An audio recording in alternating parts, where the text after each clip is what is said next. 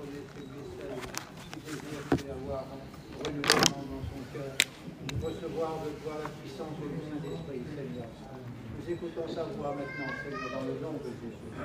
Point ton serviteur du Saint-Esprit, Seigneur. Toi la gloire, Seigneur. Seigneur, nous savons que tu es là, Seigneur. Tu vas nous parler ce soir parce que tu es Dieu. Seigneur, tu sondes les cœurs et tu sais ce que les cœurs ont besoin d'entendre. Seigneur, tu as déjà préparé, toi, la manne. Tu as déjà préparé la nourriture pour nourrir nos âmes, Seigneur. Alors tu bénis Isaac pour nous, qu'il puisse parler de ta part, Seigneur. Anime-le de ton Esprit Saint. Seigneur, qu'il soit dans la liberté d'annoncer le message que le Saint-Esprit a déposé sur son cœur. Seigneur, glorifie-toi encore ce soir. Et c'est à toi qu'on revient toute la gloire, mon Dieu. Amen. Gloire au Seigneur. Si de temps en temps vous voulez dire Amen ou gloire à Dieu, ne vous privez pas, car tout ce qui se fait pour sa gloire à lui. Alléluia. Alors c'est un passage Amen que vous connaissez de la parole de Dieu, mais j'aimerais décortiquer ce passage-là de la façon que je l'avais marqué il y a quelque temps de ça. Parce que la Bible déclare, Amen, que l'Esprit parle tantôt d'une façon et tantôt d'une autre. Amen. Mais la parole de Dieu est toujours là pour éclairer, non pas pour éblouir, comme font certains. David disait, ta parole est une lampe à mes pieds et une lumière sur mon sentier. Elle éclaire, elle donne de l'intelligence aux simples, dit la parole de Dieu. Elle n'est pas là pour éblouir. Et l'Esprit parle tantôt d'une façon et tantôt d'une autre, Amen, parce que, Amen, il veut nous éclairer davantage. Alléluia. Et quand lui, il le fait, c'est formidable. Que Dieu soit béni. Alors, pour vous mettre vite fait dans ce passage-là, et on va essayer, alors peut-être vous n'allez pas écouter ce récit, peut-être comme vous avez eu peut-être l'occasion de l'écouter, mais je me répète ce soir, Amen, je ne vais pas frapper à côté, ni à gauche, ni à droite, Amen. On va rester dans la parole de Dieu, car, Amen, sinon je descends, on veut écouter la parole de Dieu ce soir et rien d'autre. Alléluia. Mais on va laisser, je me répète une fois de plus, combien sont ceux qui croient, Amen, que le Saint-Esprit est une personne. Amen. Alors je reformule, Amen. Combien sont ceux qui croient que le Saint-Esprit est Dieu? Alléluia. Amen. Amen. Et combien sont ceux qui croient, Amen, que le Saint-Esprit prend la réunion entre ses mains? Ah, gloire à Dieu. Alors si vous le croyez, moi aussi je le crois. Amen. Et on le laisse faire ce soir, que Dieu soit béni. Car tout ce qui se fait, je me répète, se fait pour la gloire du Seigneur. Alors, il y a eu des mages. Les mages dirent à Hérode, lorsqu'ils arrivèrent à Jérusalem, ils dirent, où est le roi des Juifs qui vient de naître, car nous avons vu son étoile en Orient. Les mages sont venus, où, dit la parole de Dieu, à Jérusalem. Ils ont frappé où? C'est logique. Un roi, la logique humaine, c'est qu'il doit naître dans un palais. Donc les mages ont eu un raisonnement, une réflexion humaine qui est logique. Donc ils se sont dit entre eux, quand ils ont dû se parler, parce que l'étoile a brillé du départ de l'Orient, mais entre le départ et l'arrivée, 880 km à peu près, l'étoile, entre le départ et l'arrivée, l'étoile s'est éteinte. Arrivé à quelques kilomètres avant, l'étoile s'est éteinte. Donc, c'est pour cela qu'ils n'ont pas su où était né l'enfant qui devait naître, le Messie, le roi des Juifs. Donc, ils ont eu un raisonnement entre eux. Ils disent c'est un roi qui est né, donc la logique voudrait qu'un roi, il doit naître où? Dans un palais. Donc, ils ont allé frapper à la porte du roi Hérode et lui ont dit où est le roi des Juifs qui vient de naître. Ils ont eu un raisonnement humain. Mais moi, j'aimerais vous dire ceci, le raisonnement humain, la logique humaine n'est pas la logique de Dieu. Je redis, la logique humaine n'est pas la logique de Dieu. Normalement, amen, mais la logique humaine, les rois naissent dans les palais. C'est la logique humaine, ça. Mais ce qui est logique pour les hommes, est illogique dans la logique de Dieu. Et ce qui est logique dans la logique de Dieu est illogique dans la logique de l'homme. Je m'explique vite fait. Normalement, un roi doit naître dans un palais. Là, le roi des Juifs n'est pas né dans un palais, mais il est né dans une étable.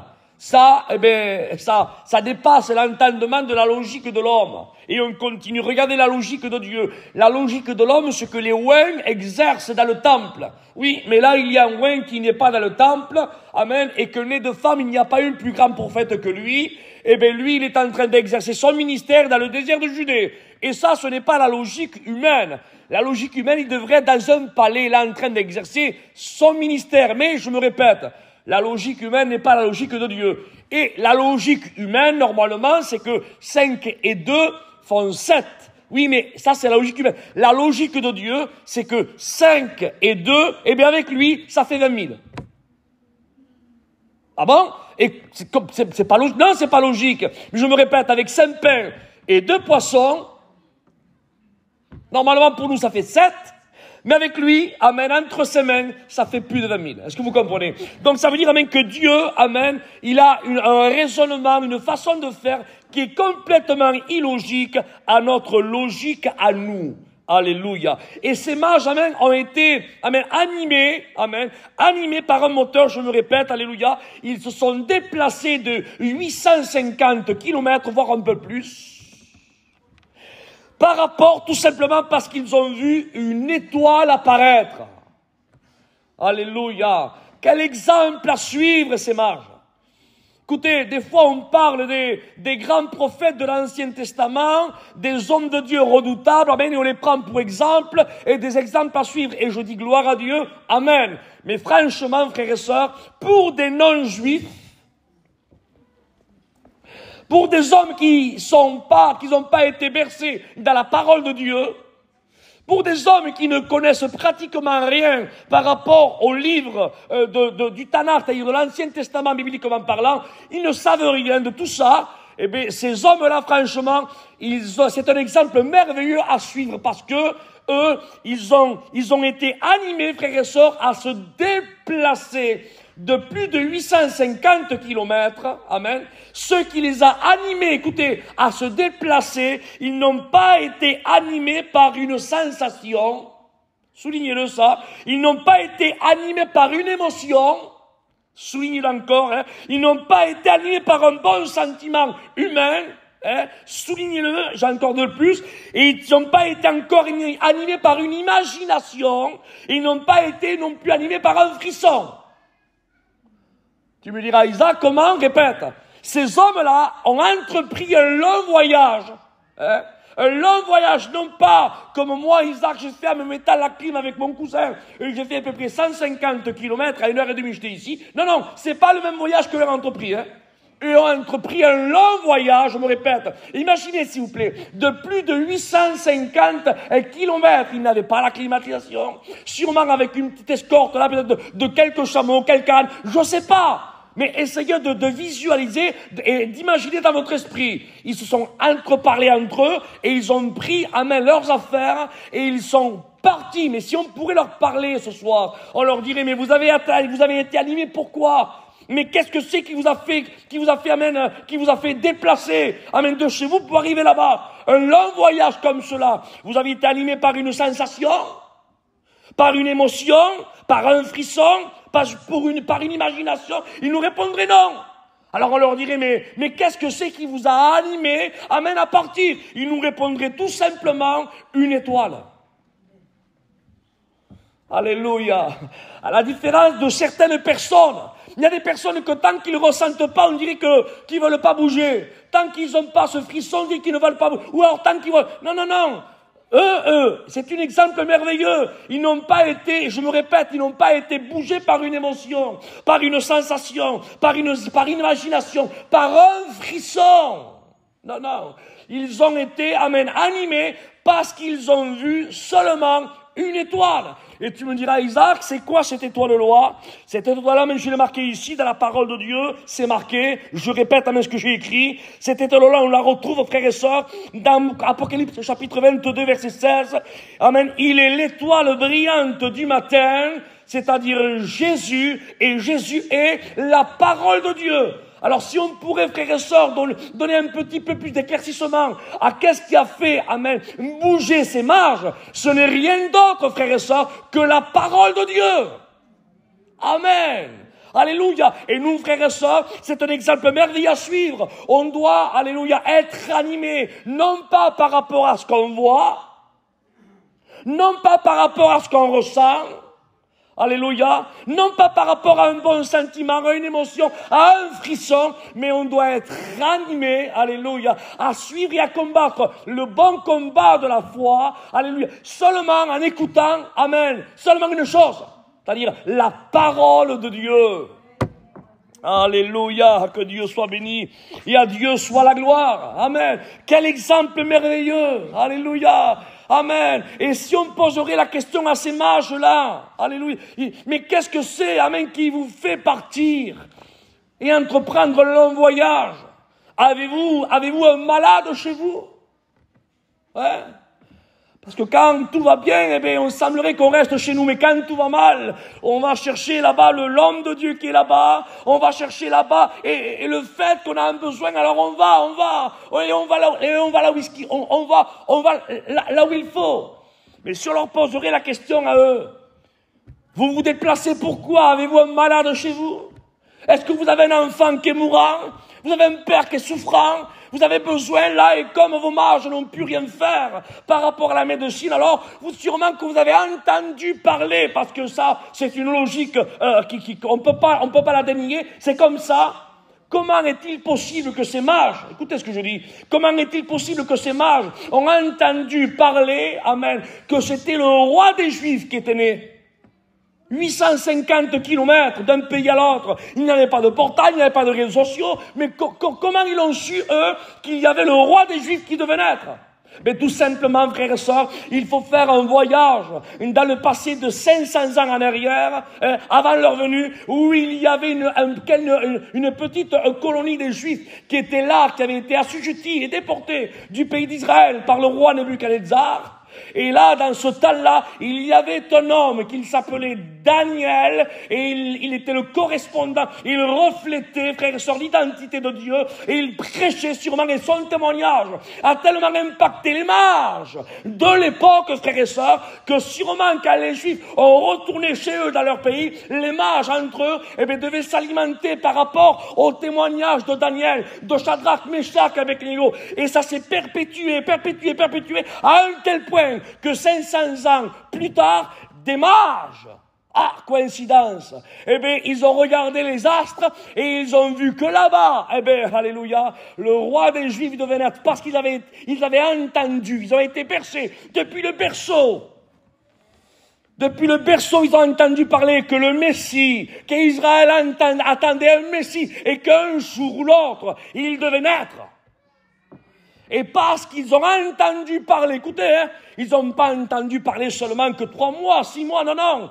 Ça faisait 500 ans que ce message était en train de véhiculer dans le territoire babylonien, c'est-à-dire de l'extrême-orient, de là où les mages sont venus. Ce témoignage devait être véhiculé.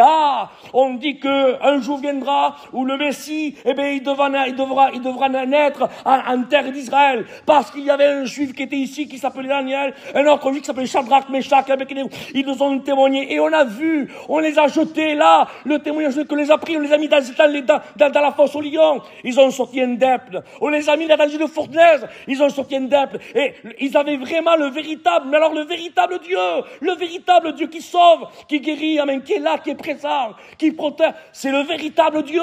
Et on a entendu parler à travers eux qu'ils entendaient un Messie qui devait naître.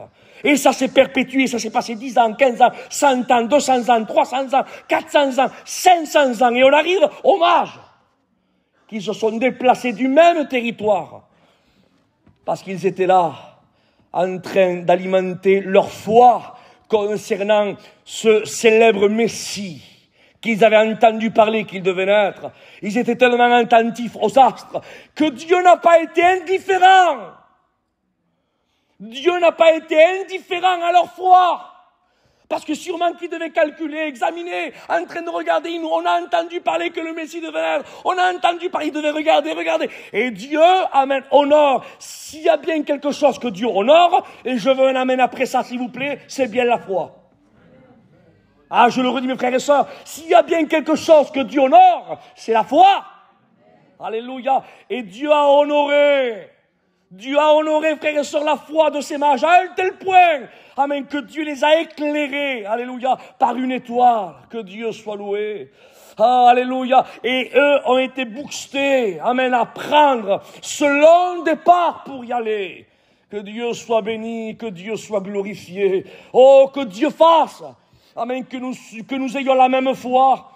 Que notre foi ne soit pas alimentée parce que la véritable foi, je me répète, elle n'est pas alimentée par rapport à ce qu'elle ressent.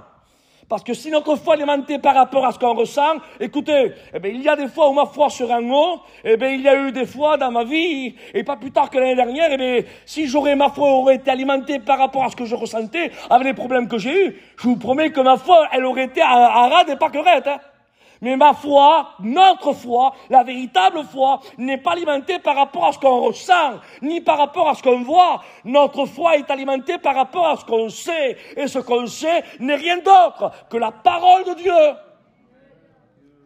Amen. Que Dieu soit loué. Et ces mages, amen, je me répète, ils n'ont pas été alimentés par un ressenti, ni par rapport, amen, à une émotion, non, ni à un frisson, mais, amen, à travers l'étoile, qui est l'image de la parole. Que Dieu soit béni. Je peux continuer un peu plus? Il est 9h15, que Dieu soit loué. Je sens, frères et sœurs, amen, que vous êtes connectés avec la parole de Dieu, elle passe. Restez comme ça, ne bougez pas, c'est merveilleux. Que Dieu soit loué, je continue. Alors ils ont allé frapper, soi-disant, eux, ils croyaient qu'ils allaient frapper à la bonne porte. Parce qu'un roi, je me répète, pour eux, dans la logique humaine, il est né dans un palais. Alors tu me diras, Isaac, pourquoi ils sont allés frapper à la maison, là, du roi Hérode, plus que l'étoile est en train de les conduire?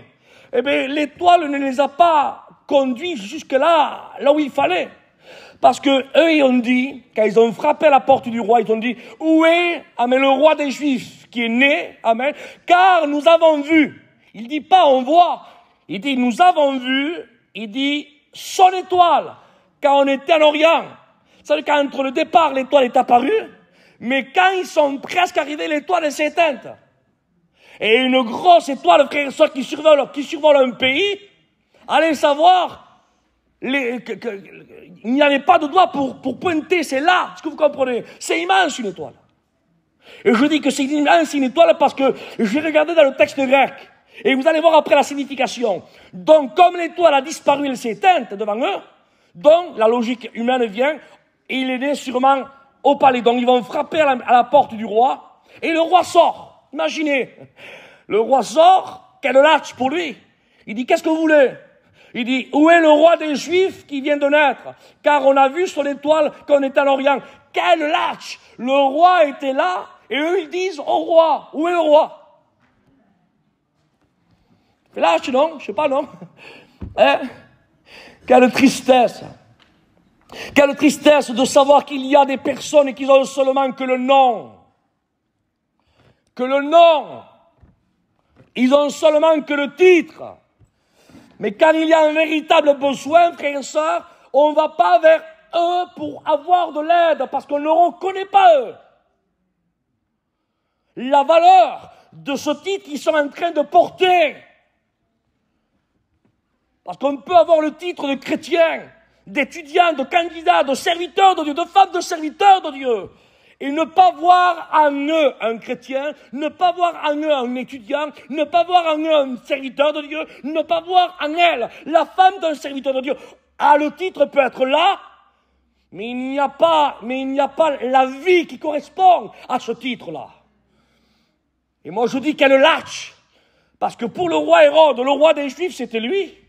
Il portait la couronne. Mais j'aimerais vous dire ceci, écoutez, et quand on continue plus loin dans la parole de Dieu, il est écrit que le roi ne savait même pas répondre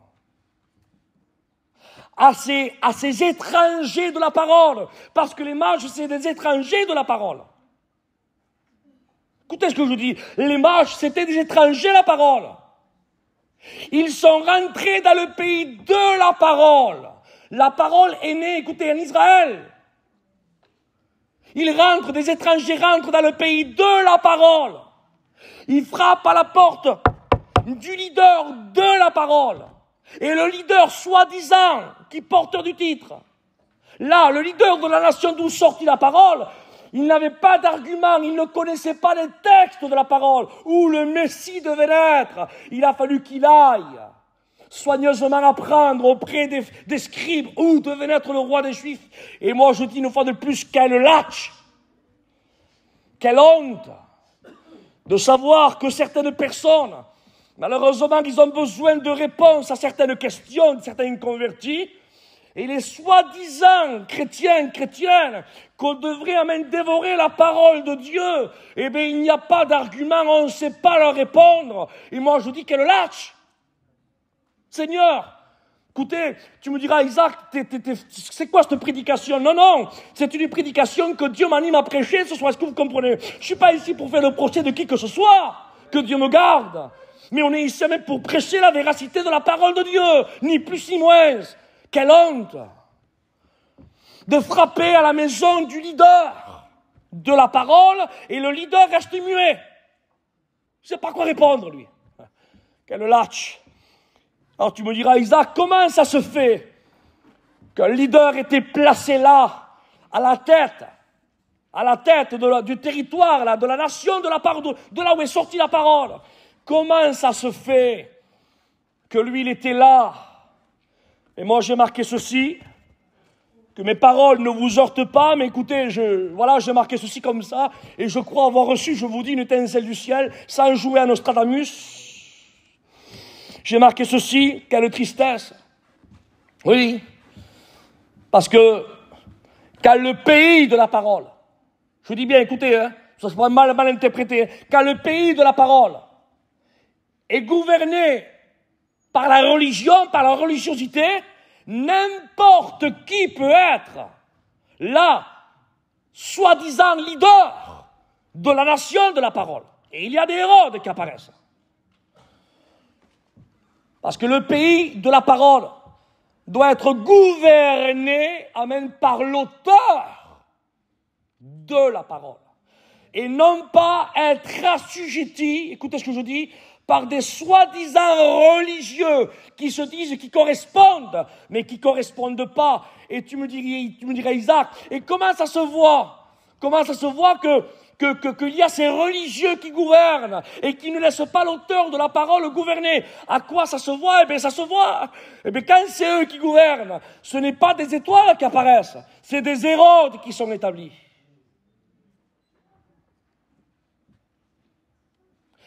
Et les Hérodes sont établis parce que ce n'est pas le Dieu de la parole qui gouverne. C'est la religiosité qui gouverne. Parce que Hérode n'a pas été établi par le Dieu de la parole. Hérode a été établi par Rome. Et Rome, vous savez comme moi, qui a le siège là-bas du Vatican, c'est là-bas qu'est sorti le catholicisme. Enfin bref, c'est l'image de la religiosité.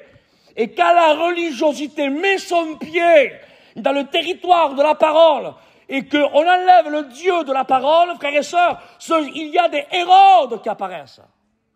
Et les Hérodes ne cherchent pas la gloire de Dieu, ils cherchent leur propre gloire à eux. Et tu me diras, Isaac, quelle différence il y a entre ceux qui ont été établis par la religiosité et ceux qui ont été établis par Dieu? Eh bien, il y a des symptômes qui apparaissent. Ah bon? Et tu me diras lequel? J'en ai cité quelques-uns. Ils n'acceptent pas la justice. Écoutez, vous savez, quand il y avait le Covid-19, il y avait des symptômes qui apparaissaient.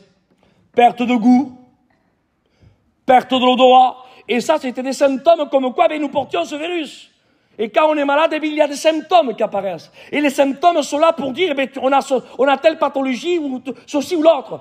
Eh bien, c'est la religiosité qui gouverne, et non pas le Dieu de la parole, frères et sœurs, eh bien, il y a des symptômes qui apparaissent. Ah bon? Et c'est lesquels? Eh bien, ces hommes-là, eh bien, ils n'acceptent pas la justice.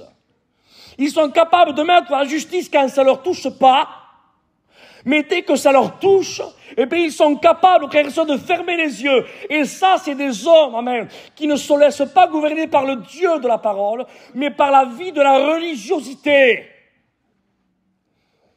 Mais le Dieu que nous avons, alléluia, est un Dieu qui est transparent, qui ne cache rien. Regardez ce détail de la parole. Vous savez, vos prédicateurs vous l'ont déjà prêché, vous savez que sur les 12 tribus d'Israël, il y en avait une que Dieu avait mis à part, qui était sa tribu, c'était la sienne. C'est la tribu de Lévi, qui se divisait en 3 branches, de Gershom, de Merari, de Kehat, les Kéhatites, les porteurs de l'arche. Perdez pas le fil si vous avez pris le Seigneur. Regardez comment le Dieu que nous avons est le Dieu de la justice et le Dieu de la transparence.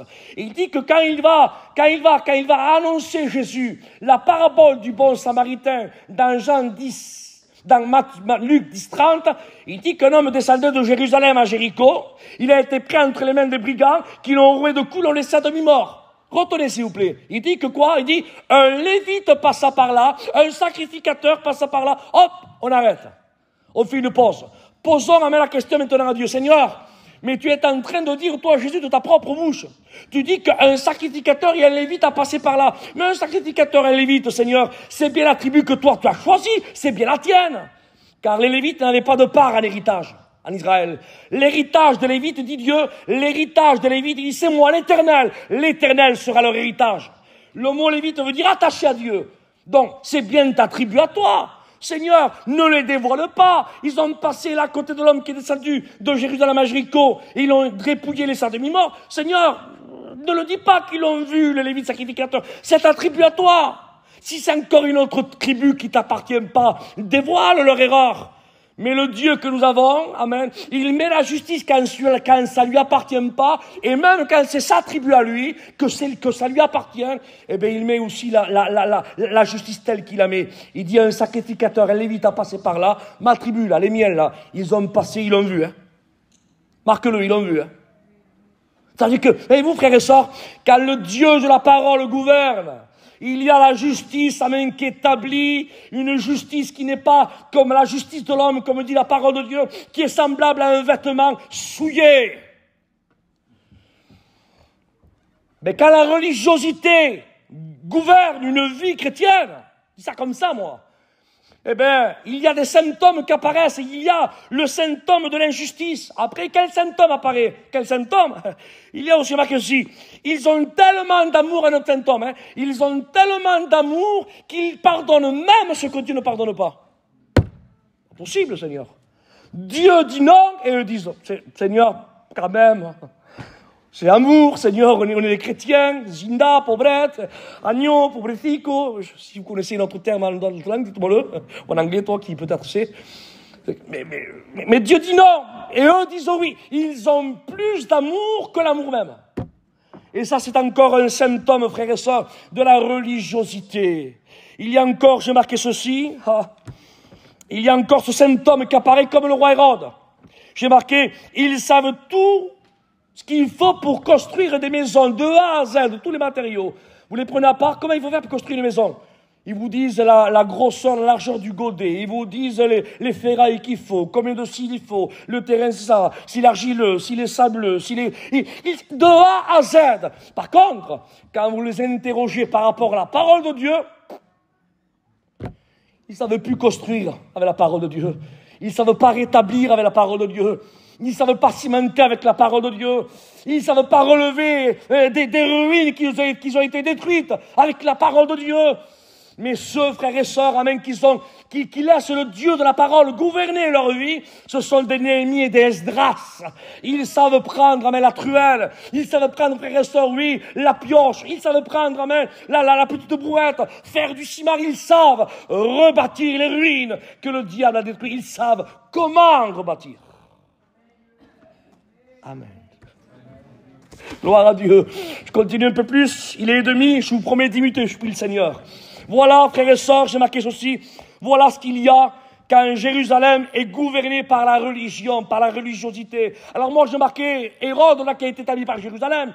Mais ça peut te concerner à toi ce soir.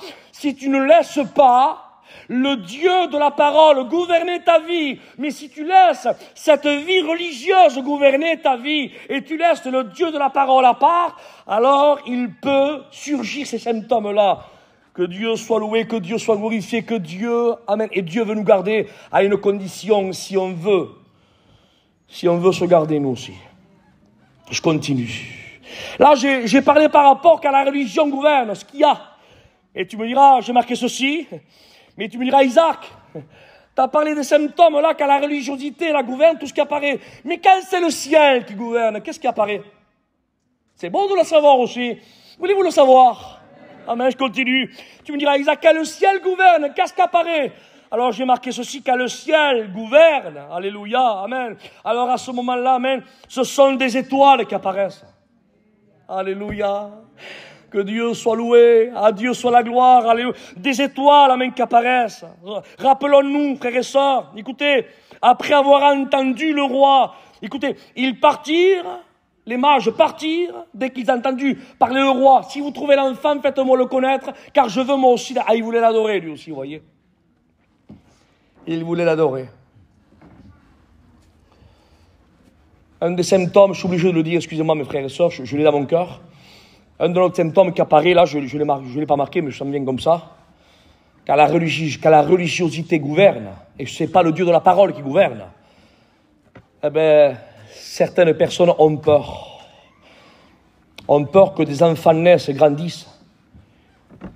Et qu'à travers, un petit peu peut-être, à travers ces enfants-là, le futur de demain, eh bien, ils ont peur peut-être que ces personnes soient détrônées de leur fonction, de leur place, de l'image qu'ils ont par rapport à... Ils ont peur. Alors quand ils ont peur, ils ne laissent pas le futur de demain grandir. Ils sont capables de les tuer. C'est entre parenthèses, ça. Je continue. Quand le ciel gouverne, c'est pas pareil. Il y a des étoiles qui apparaissent. Alléluia. L'étoile est apparue, écoutez, dès qu'ils ont sorti du palais du roi, il dit que l'étoile qu'ils ont vue en Orient, l'étoile là, hop, elle a apparu de nouveau. Mais moi, j'ai marqué ceci, parce que ça m'a intrigué, frère, ce qu'on comprenait, Seigneur. Je ne suis pas plus qu'un autre, mais il y a des fois des points dans la parole de Dieu qu'on a interpellés, on a intrigué. On dit, Seigneur, mais attends, mais comment est-il possible qu'une étoile, parce que ça pourrait être une métaphore, mais non, car j'ai regardé dans le texte grec, vous pouvez le vérifier chez vous, et je vous exhorte à le faire, l'étoile là qui est apparue aux mages, c'est, dans le texte grec, c'est le mot astère. Écoutez, s'il vous plaît, c'est le mot astère. Mes frères, c'est véritablement une étoile. Ce n'est pas une image. C'est, Bruno, tu le regarderas, c'est le mot astère. Et quand on regarde le mot astère, c'est véritablement un astre. Une étoile véritable. Alors moi, j'ai calculé vite fait, j'ai dit, Seigneur, mais quand une étoile, là, elle descend, mais c'est pas que les mages qui l'ont vue. C'est obligé que tout le monde l'ait vue, l'étoile. Mais là, non. L'étoile, frères et sœurs, elle a dirigé les mages dans la maison où était né l'enfant. Alors moi, j'ai calculé. Je me dis, Seigneur, mais c'est pas possible, humainement parlant. Une étoile, elle ne peut pas survoler la maison de là où il est né l'enfant.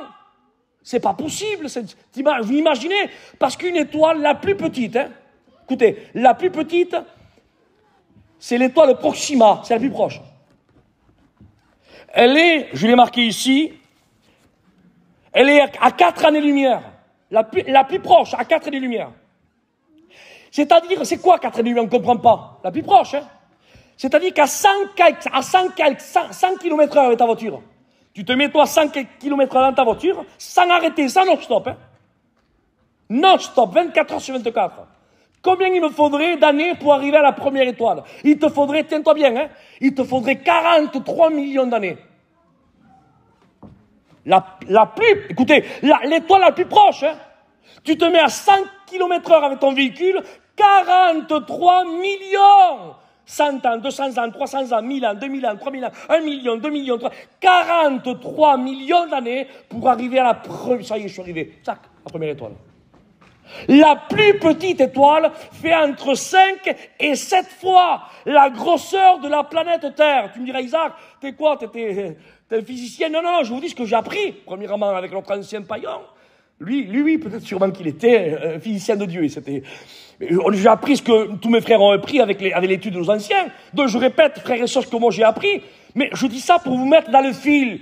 Si l'étoile, elle aurait descendu avec sa grosseur telle qu'elle est, la plus petite fait entre 5 et 7 fois la grosseur de la planète Terre. Imaginez, comment voulez-vous qu'elle vienne éclairer une maison? C'est pas possible. Humainement parlant, c'est chose impossible. Donc, la seule théorie que moi, Isaac, j'ai pu sortir, et je pense que je suis pas trop à côté, les anciens sont là pour me reprendre, et si je me trompe quand je descends, ou vous reprenez la parole et vous essayez de rectifier, je vous dis devant le Seigneur, ça me gêne pas. Le principal, c'est pas qu'un homme là soit élevé par rapport à un détail, le principal, c'est que la parole de Dieu soit là, élevée, et que c'est elle qui arrive. Est-ce que vous comprenez?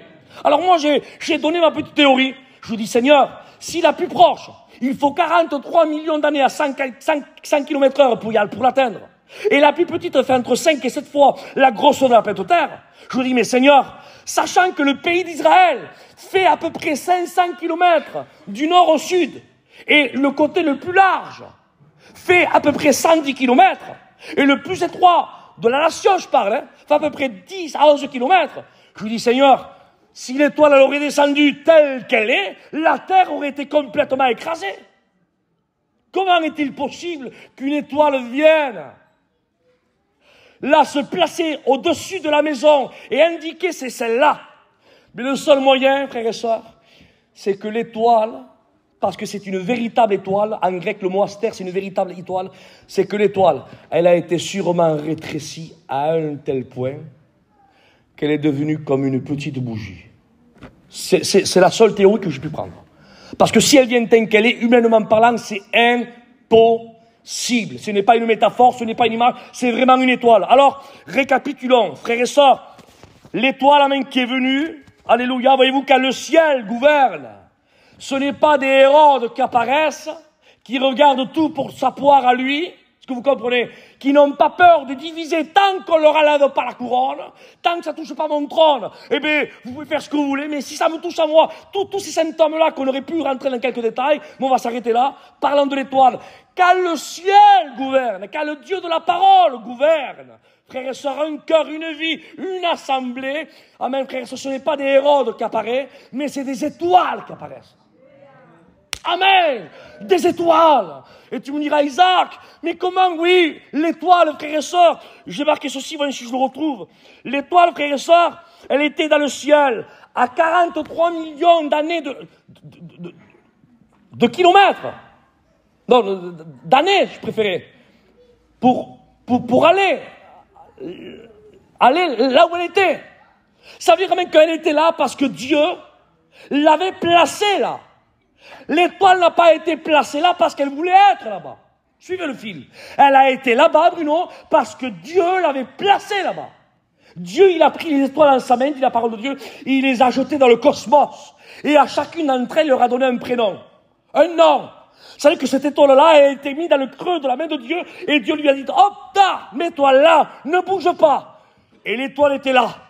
Elle faisait entre 5 et 7 fois la grosseur de la planète Terre. Elle était là parce que Dieu l'avait placée. Elle n'avait pas été établie par sa propre volonté. Elle était là. Elle était plus grosse que la Terre. Mais regardez, frères et sœurs, amen, comment ça se voit quand le ciel gouverne. Quand le ciel gouverne, l'étoile, amen, elle n'en a que faire de sa place.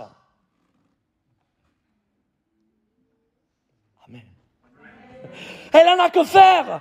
Dieu, amen, on dirait, je donne déjà la bonne imagination. Étoile, il y a des mages qui sont venus, eh bien, ils ne savent pas où va naître ton créateur.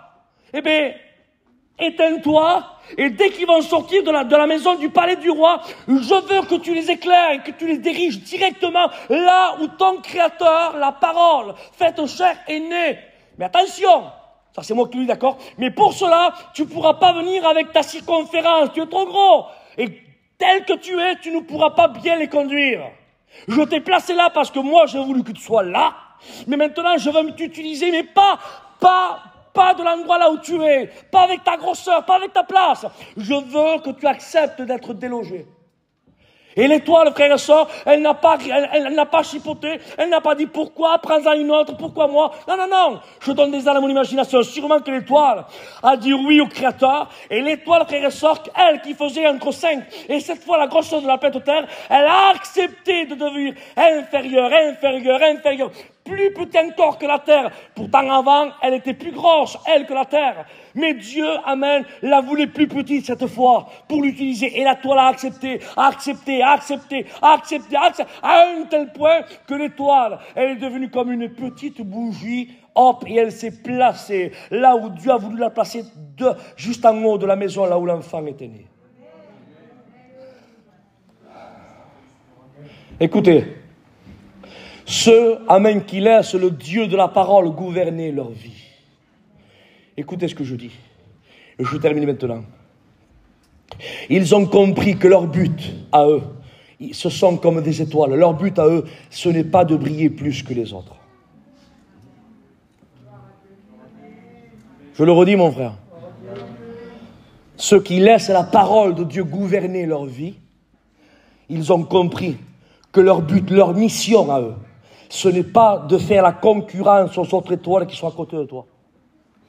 Ce n'est pas d'éblouir ou d'en mettre plein les yeux. L'étoile avait compris que son but à elle, c'était, frères et sœurs, d'être là où Dieu la veut. Tu me veux là, en haut de la terre, j'y reste. Plus gros que la terre, j'y suis. Tu as besoin de moi comment, Seigneur? Inférieur, plus petit que la terre, j'y vais.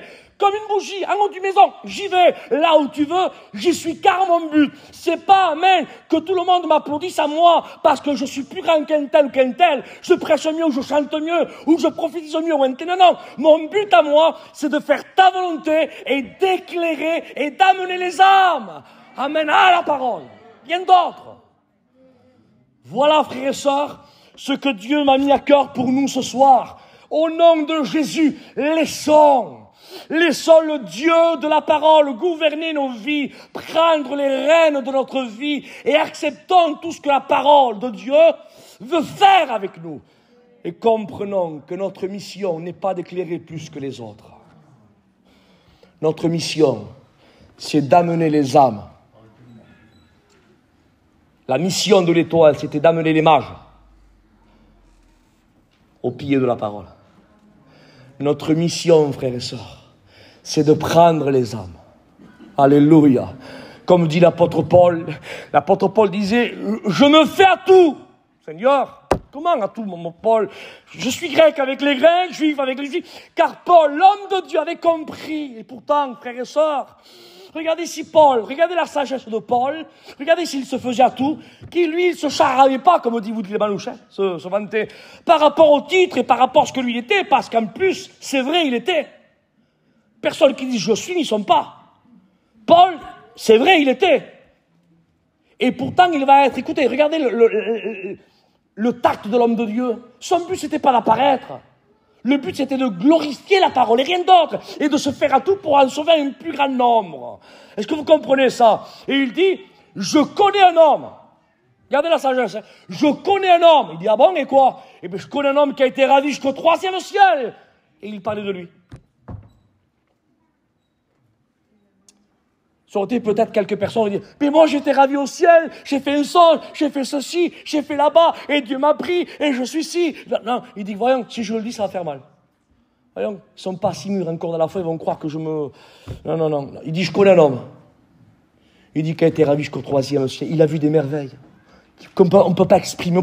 Parce que Paul avait compris que le but, que ça soit toi qui es allé au ciel, ou que ça soit Tartampion, le principal, ce n'est pas celui qui est allé. Le principal, c'est de sortir le message. Est-ce que vous comprenez ça? Le message. Un jour, je me souviens, notre ancien Jimmy avait repris la parole derrière cet homme de Dieu je crois qu'il s'appelait Sylvain. Il avait été ravi au ciel, lui aussi. Une abeille l'avait piqué, vous connaissez l'histoire. Je crois que vos anciens vous l'ont dû sûrement la raconter. Une abeille l'a piqué, et le Seigneur lui avait dit, voilà, je te prends. Alors il a dit à son collègue qui était à côté de lui, écoute, ne t'inquiète pas, il dit, Dieu m'a dit, je vais partir au ciel. Enfin bref, une abeille est venue, et celle-là, il l'a piqué. Enfin bref, il est parti auprès du Seigneur, son cœur a cessé de battre. Et il a vu là-bas des merveilles de la gloire de Dieu. Est-ce que vous comprenez? Dieu lui a montré. Et un jour, Jimmy a pris la parole derrière lui, il a dit ceci. Il dit, le frère, amen, a vécu, lui, son expérience. C'est la sienne. Il dit, par contre, nous, on prend, écoutez, le message.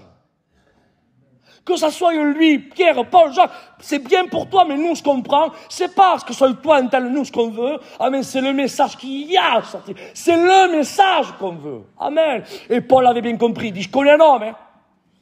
Il dit qu'il a été ravi jusqu'au 3e ciel, et pourtant, il parlait de lui. Il a parlé de lui à la 3e personne. Frères et sœurs, et lui, il va dire, moi, il dit, je me fais à tout pour en sauver un plus grand nombre. Je me fais à tout. Et pourtant, à un certain moment, on dirait qu'il je sais pas, c'est pas le même Paul. À un certain moment, il parle. Il dit quoi? Dans 2 Corinthiens 11, 23. Lisez-le, je vous exhorte à lire ce passage-là. Il dit quoi? Il dit, sont-ils ministres du Christ? Hein? Il dit quoi? Il dit, moi, je le suis bien plus encore que. À cause de ceci, à cause de cela. Il y a toute une panoplie qui va... Alors, tu t'en vantes? Non, Paul, non. C'est pas que Paul a changé de discours, mais ce que Paul, il savait que là, il fallait parler comme ça, et là, il fallait parler comme ça, pour remettre les choses à sa place. Le but de Paul, c'était pas que son nom apparaisse. Le but de Paul, c'est que les âmes, amen, viennent à la connaissance de la vérité et qu'ils viennent au pied de la parole. Amen. Frères et sœurs, imitons ces hommes de Dieu. Faisons-nous à tout, frères et sœurs. Alléluia. Amen. Pour amener les âmes au pied de Jésus. Ne les amenons pas à droite, non, amenons-le au pied de Jésus. Écoutez, je suis attristé quand je vois certaines personnes. Je dis ça, tant pis, j'aurais pas dû le dire, mais tant pis. Il y a un petit peu il y a des concerts à droite et à gauche, un petit peu de partout. Et je suis attristé quand je vois des personnes qu'on amène, certaines personnes, voir un tel ou un tel ou un tel, et qui fera pas, comme dit Coluche, avancer le schmilblick dans la foi, est-ce que vous comprenez? Ça fera pas avancer, ça. Tu les amènes où? Non, faisons tout pour amener les âmes au pied de Jésus. Faisons-nous à tout, il faut les amener. Et si on doit être là pour les amener, on reste là. Si on doit être là-bas pour les amener, on reste là-bas. Si on doit faire ceci, on fera tout ce qu'il faut. Il faut qu'on les amène, frères et sœurs. Et le but, c'est pas que moi, je brille plus que Bruno, ou que Bruno brille plus que moi. Est-ce que vous comprenez? Il n'y a pas de concours de compétition à celui qui brille le mieux. Le but, frères et sœurs, c'est d'accepter. De toute façon, ceux qui acceptent,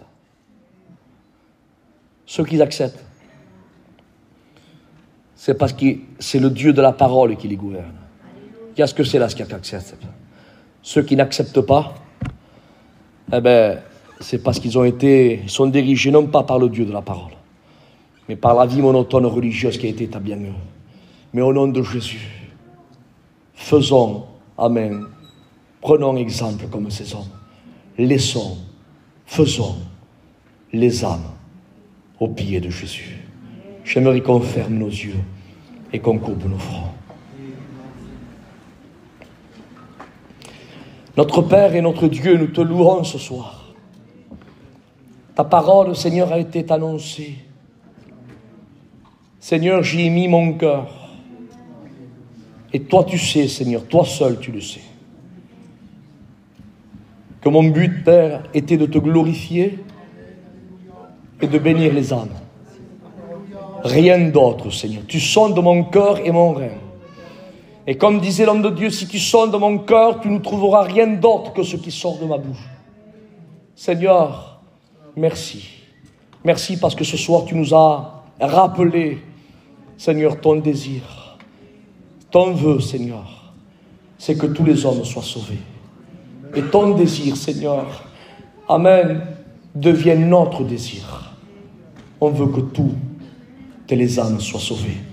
Peu importe les ethnies, peu importe les noms de famille, peu importe, Seigneur, peu importe. On veut, Seigneur, que tous les âmes viennent à la connaissance de la vérité et viennent, amen, à tes pieds. Que ton nom soit béni ce soir et que ton nom soit glorifié. S'il y aurait, Seigneur, dans mon vocabulaire, Seigneur, de gitan, quelque chose, Seigneur, que j'ai écorché un mot, mal dit, mal interprété, Seigneur. Seigneur, je te prie que le Saint-Esprit, amen, rééclaire ce mot dans le cœur de mes frères et mes sœurs. Dans le nom glorieux de ton Fils, merci de bénir cette Église, tu le fais, continue à le faire, Seigneur. Merci de bénir les chrétiens, les serviteurs de Dieu. les responsables, les anciens, les jeunes, les novices à la foi. Seigneur, merci. Merci parce que cette assemblée est entre tes mains. Merci pour tout, Père. À toi soit la gloire. Amen. Que Dieu vous bénisse. Merci de m'avoir laissé ce temps pour m'exprimer. Que Dieu vous bénisse, mon Père. Je laisse la passe à